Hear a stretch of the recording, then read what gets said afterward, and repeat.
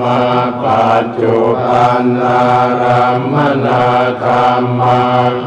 ชัตตาธัมมาปหิตาธัมมาปัจจัตตปหิตาธัมมาปัจจัตตารัมมนาธัมมาปหิตารัมมนาธัมมาปัจจัตตปหิตารัมมนาธัมมาสนิทาสนะสัพพติกาธัมมาอนิทาสนะสัพพติกาธัมมาอนิทาสนะปฏิกาธัมมา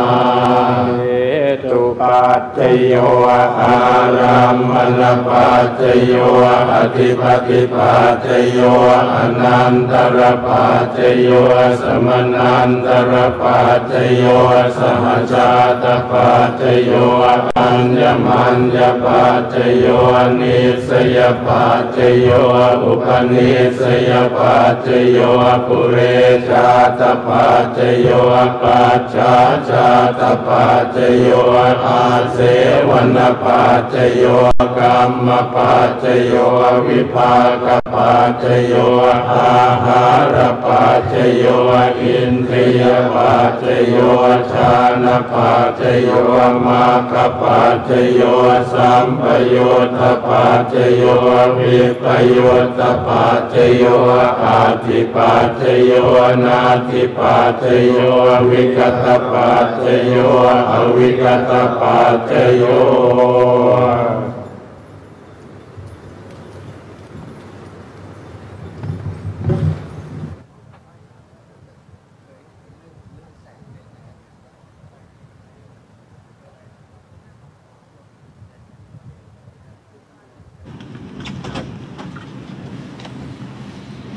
พระสงฆ์30 รูปขึ้นนั่งยังอาจสงฆ์แล้วนะคะสวดมาติกาจบเจ้าพนักงานลาดพระภูษาโยงค่ะ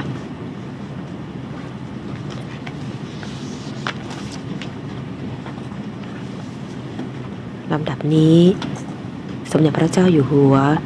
ทรงทอดผ้าไตรถวายแด่พระสงฆ์ที่สวดมาติกาค่ะ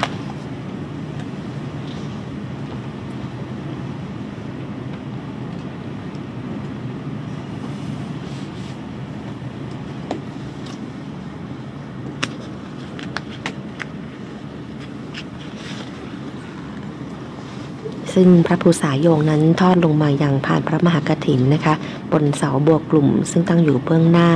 พระภูษาโยงบนผ่านพระมหากฐินพับทบกันไว้นะคะเมื่อมีการสดับประกรณ์พระบรมศพเจ้าพนักงานก็จะได้คลี่พระภูษาโยง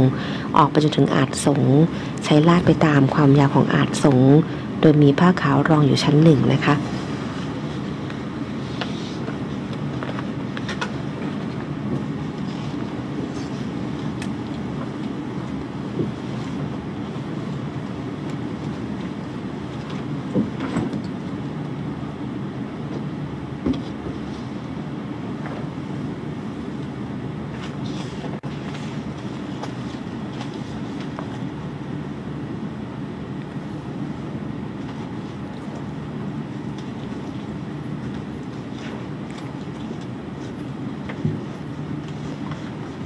เมื่อทอดผ้าไตรจนครบ15ไตรแล้วจะประทับพระราชอาสน์พระสงฆ์สดับประกรณ์ค่ะ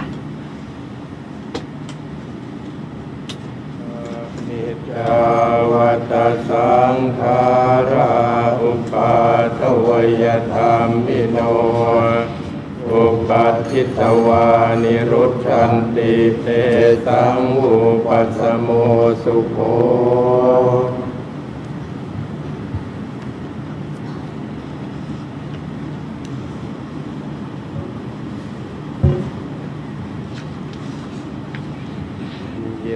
ทาวาริวะหาปุราปริปุเรนติสาคารังเอวะเมวะอิโตทินังเปตานังอุปกัปปติอิทธิตังปัฏฐิตังตุมหังขิปะเมวะสมิทธตุสัพเพปุเรนตุสังกปาจันโทปนะระโสยถามณิโชติระโสยถา ตัพพิติโยวิวัชชันตุสัพพะโรโควินาศตุมาเตภวัตวันตรายโยสุขีทีขายุโกภวสัพพิติโยวิวัชชันตุสัพพะโรโควินาศตุมาเตภวัตวันตรายโยสุขีทีขายุโกภวสัพพิติโยวิวัชชันตุสัพพะโรโควินาศตุมาเตภวัตวันตรายโยสุขีทีขายุโกภวะอภิวาทนาสิริสเนจังพุทธาปัจจายโนจัตตารโอธรรมวัฏฐานติอายุวันโนสุขังภาลังอายัญจะโคทาปินาทินาสังฆามิสุปฏิทิตาทิคราตังหิตายาสถานโสอุปการปฏิโสยาติธรรมโมจะยังนิทาสิโตเรตานปุชาจักตาอุราราภลัญจะภิกขุนมโนปทินนางตุมเหหิปุญญังปสุตังอนาปการนิอติเรกวัฏสตังชีวตูอติเรกวัฏสตังชีวตูอติเรกวัฏสตังชีวตูทีขายุโกโหตุอโรโคโหตุทีขายุโกโหตุอโรโคโหตุสุขิโตโหตุมหาวชิราลังกรณราชาสิทธิกิจจังสิทธิกัมมังสิทธิลาโภเชโยนิจจังมหาวชิราลังกรณราชวรัสสะภวตุสัพพทาขอถวายพระพรภวตุสัพพมังคลังรักขันตุสัพพเทวตาสัพพพุทธานุภาเวนัสสทาโสทิภวันตุเตภวตุสัพพมังคลังรักขันตุสัพพเทวตาสัพพธรรมานุภาเวนัสสทาโสทิภวันตุเตภวตุสัพพมังคลังรักขันตุสัพพเทวตาสัพพสังฆานุภาเวนัสสทาโสทิภวันตุเต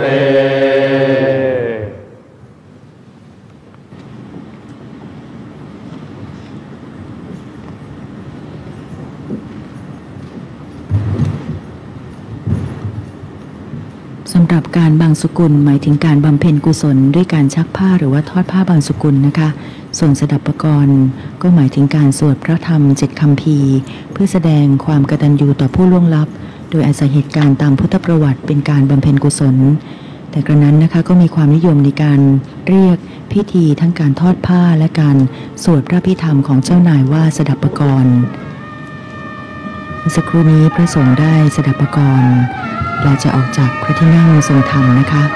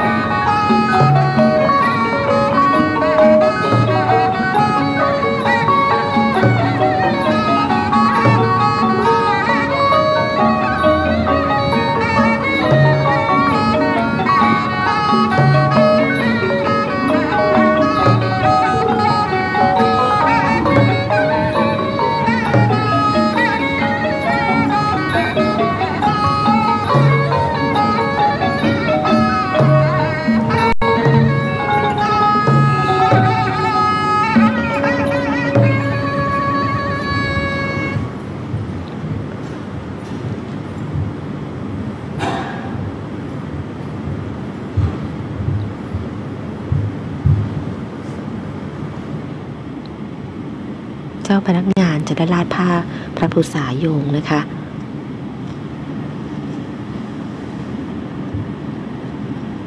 โดยมีผ้าขาวชั้นหนึ่งได้รองไว้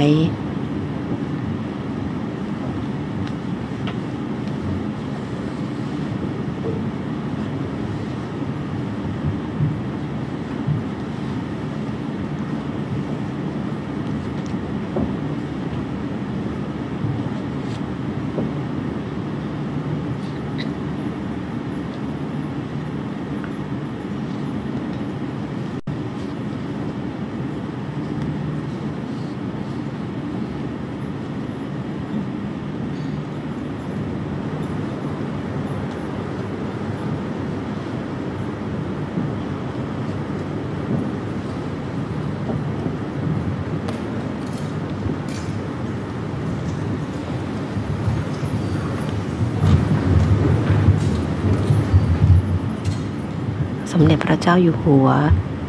เสด็จพระราชดำเนินไปทรงทอดผ้าไตรอีก15ไตรแด่พระสงฆ์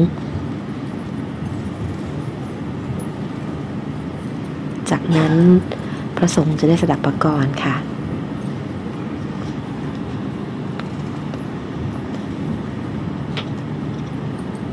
เมื่อเสร็จการพระพิธีตรงนี้แล้วนะคะก็จะเป็นการอัญเชิญพระโกฐพระบรมอัฐิประดิษฐานในพระที่นั่งราเชนทรยานและอัญเชิญพระประอบพระบรมราชสรีรางคาร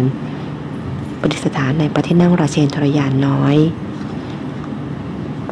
เพื่อเข้าสู่ริ้วขบวนที่4นะคะในการเคลื่อนไปยังพระที่นั่งดุสิตมหาปราสาทและพระศรีรัตนเจดีย์ค่ะ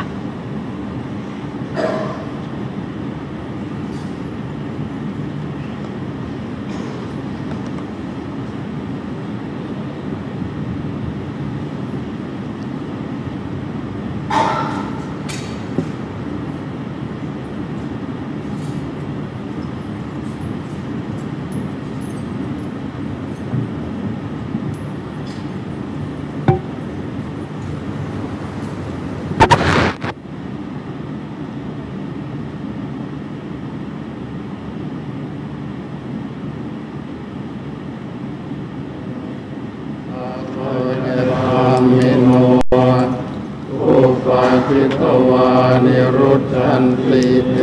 สังอุปสมโมสุโข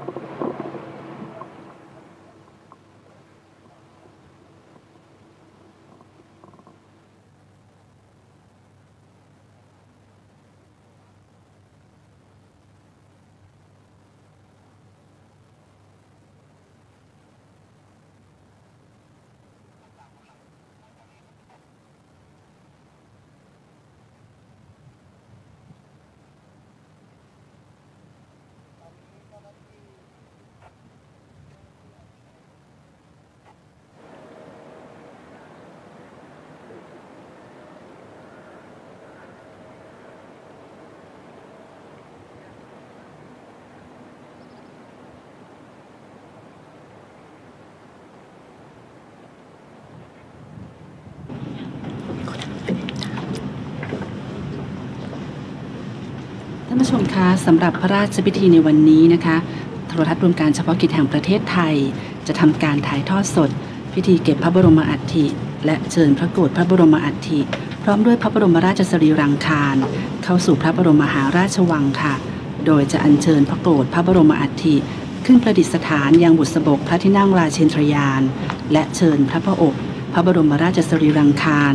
ขึ้นประดิษฐานในพระที่นั่งราเชนทรยานน้อยนับจากวันที่ 25 นะคะที่ได้มีพระราชพิธีบำเพ็ญพระราชกุศลออกพระเมรุณพระที่นั่งดุสิตมหาปราสาทจบจนถึงเมื่อวานนี้ค่ะวันที่ 26 ได้มีริ้วขบวนอัญเชิญพระบรมโกศนั้นมายังพระเมรุมาตรและในวันนี้ค่ะจะเป็นอีกหนึ่งวันซึ่งมีริ้วขบวนที่เป็นริ้วขบวนที่ 4 ค่ะซึ่งริ้วขบวนพระบรมราชอิสริยยศริ้วขบวนที่ 4 นั้นมีความสำคัญนะคะในการเชิญพระโกรธพระบรมอัฐิและพระพระอบพระบรมราชสรีรังคารไปยังพระบรมมหาราชวังโดยขบวนพระบรมราชอิสริยยศอัญเชิญพระโกรธพระบรมอัฐิโดยพระที่นั่งราเชนทยานและอัญเชิญพระพระอบพระบรมราชสรีรังคารโดยพระที่นั่งราเชนทยานน้อยซึ่งขบวนพระบรมราชอิสริยยศริ้วขบวนที่ 4ก็จะเริ่มจากพระเมรุมาตรนะคะเข้าสู่พระบรมมหาราชวังค่ะโดยริ้วขบวนนี้นะคะก็จะยาตราผ่านถนนราชดำเนินในแล้วเลี้ยวขวาผ่านบริเวณศาลฎีกาเข้าถนนหน้าพระลานตรงบริเวณแยกศาลหลักเมืองจากนั้นก็จะยาตราริ้วขบวนเข้าสู่พระบรมมหาราชวังทางประตูวิเศษชัยศรีถนนจักรีจรัญโดยริ้วขบวนพระที่นั่งราเชนทยานน้อยนั้นก็จะแยกออกไปเลี้ยวที่ถนนหน้าศาลาสหไทยสมาคมค่ะเทียบพระที่นั่งราเชนทยานน้อยที่เกยประตูหลังวัดพระศรีรัตนศาสดารามจากนั้นเจ้าพนักงานจะอัญเชิญพระพระอบพระบรมราชสรีรังคารจากพระที่นั่งราเชนทยานน้อยไปประดิษฐานพักไว้ในพระศรีรัตนเจดีย์และสำหรับริ้วขบวนพระบรมราชอิสริยยศพระบรมอัฐินั้นนะคะก็จะตรงเข้าไปที่ประตูพิมานชัยศรีแล้วก็จะเลี้ยวขวาเข้าถนนอมรวิถีไปยังพระที่นั่งอาภรณ์พิโมกข์ปราสาทจากนั้นก็จะอัญเชิญพระโกรธพระบรมอัฐิจากพระที่นั่งราเชนทยานขึ้นประดิษฐานในบุษบกแว่นฟ้าเหนือพระแท่นสุวรรณเบญจดลณพระที่นั่งดุสิตมหาปราสาทในพระบรมมหาราชวังค่ะ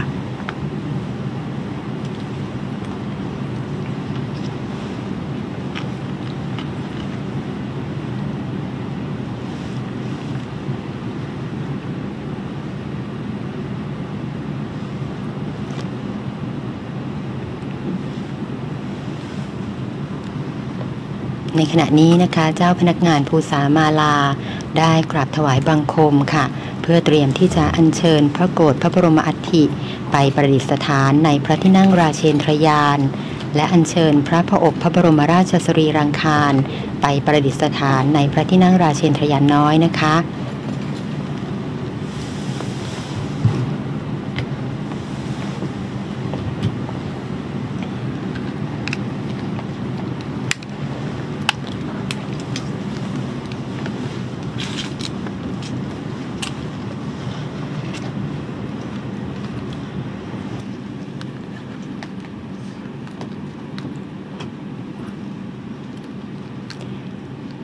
สำหรับพระโกรธพระบรมอัฐิพระบาทสมเด็จพระปรมินทรมหาภูมิพลอดุลยเดชบรมนาถบพิตรเป็นพระโกรธทองคำลงยาประดับรัตนชาติซึ่งประกอบด้วยพระโกรธทรงพระบรมอัฐิที่จะอัญเชิญไปประดิษฐานณพระวิมานพระที่นั่งจักรีมหาปราสาทซึ่งเป็นพระโกรธทองคำลงยาประดับเพชร9เหลี่ยมนะคะนอกจากนั้นจะมีพระโกรธทองคำลงยาประดับพลอย8เหลี่ยมมีจำนวน4องค์ค่ะเพื่อทูลเกล้าทูลกระหม่อมถวายสมเด็จพระเจ้าอยู่หัวสมเด็จพระเทพรัตนราชสุดาสยามบรมราชกุมารีสมเด็จพระเจ้าลูกเธอเจ้าฟ้าจุฬาภรณ์วลัยลักษณ์อัครราชกุมารีและทูลกระหม่อมหญิงอุบลรัตนราชกัญญาสิริวัฒนาพันนวดีค่ะ พระโกฐทองคำลงยาประดับพลอย8 เหลี่ยมอีกองค์หนึ่งจะทูลเกล้าทูลกระหม่อมถวายสมเด็จพระนางเจ้าพระบรมราชินีนาถในรัชกาลที่ 9วันทยาพุทธ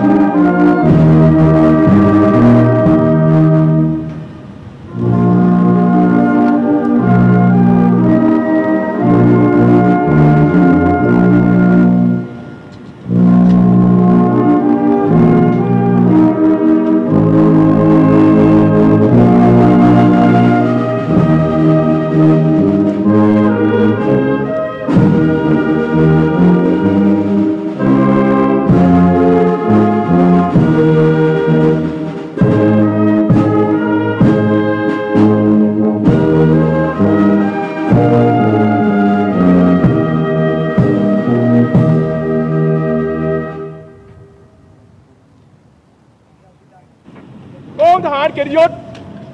เลี้ยวเอา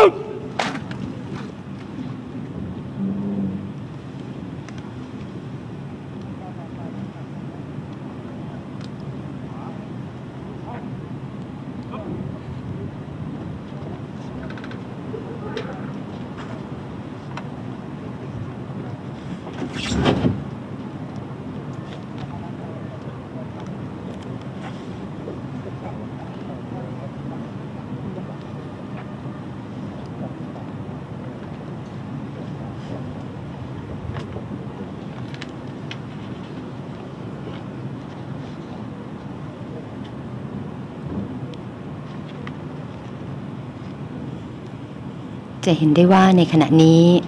ริ้วขบวนพระบรมราชอิสริยยศริ้วขบวนที่ 4ได้มาตั้งแถวบริเวณด้านหน้าพระที่นั่งทรงธรรมค่ะ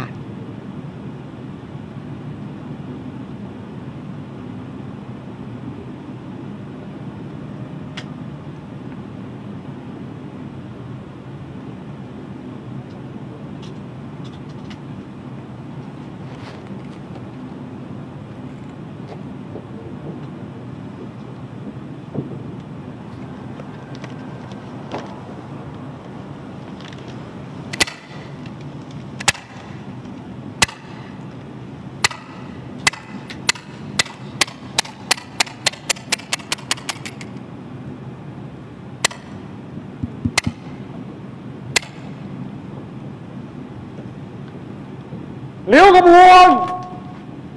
ขวาเจ้าพนักงานรัวกลับครั้งที่ 1เพื่อให้สัญญาณหัน